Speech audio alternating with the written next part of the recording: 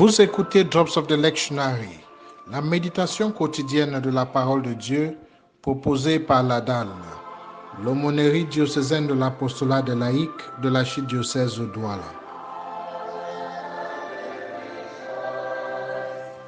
Seigneur, unifie mon cœur pour qu'il craigne ton nom, pour ta plus grande gloire.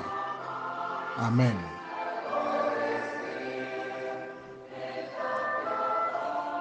Lecture de la première lettre de Jean, chapitre 4, versets 7 à 10.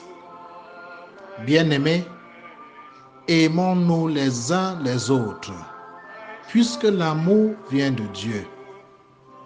Celui qui aime est né de Dieu et connaît Dieu. Celui qui n'aime pas n'a pas connu Dieu, car Dieu est amour.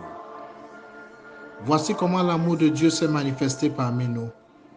Dieu a envoyé son Fils unique dans le monde pour que nous vivions par lui.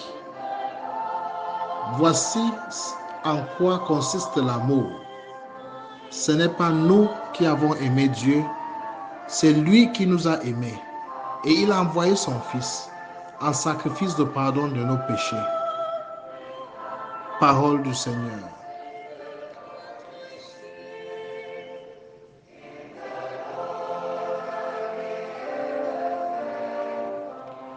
My brothers and sisters, we are still in the wonderful season of Christmas. Some of the best sermons on the birth of Christ and on the meaning of Christmas season come from the fathers of the church. Our African brother Saint Augustin especially left us with some of the best meditations for these seasons. Some of them are worth listening to over and over again.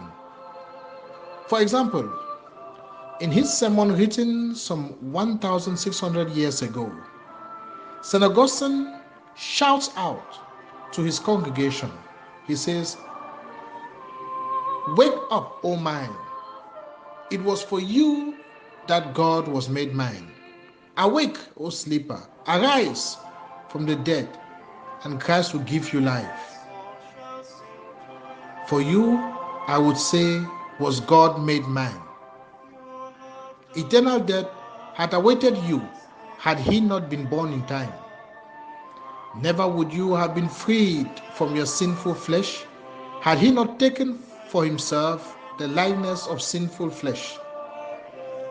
Everlasting will be your misery had he not performed this act of mercy. You would not have come to life again had he not come to die your death.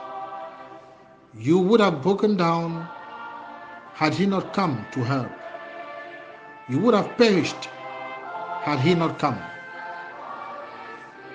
Still in another sermon, St. Augustine in a prayerful manner expresses his fascination before the baby Jesus lying in the manger. He says, "Making of the Son who remains in the Son. In the Father he remains. For his mother he goes forth. Creator of heaven and earth. He was born on earth under heaven. Unspeakably wise. He is wisely speechless. Filling the world. He lies in the manger. The ruler of the stars he nurses at the mother's bosom. He is both great in the nature of God and small in the form of his servant. And so that his greatness is not diminished by his smallness, or his smallness overwhelmed by his greatness." Dear brothers and sisters, dear friends, after 10 days of Christmas, what does the birth of Christ mean to you? What does it mean to your life? What does it mean to your soul? What does the birth of Christ mean to your family? What does it mean to your life's plans, dreams, and purposes? Let us pray. Lord, with the celebration of Christmas, We welcome you into this world. I know I welcome you into my heart.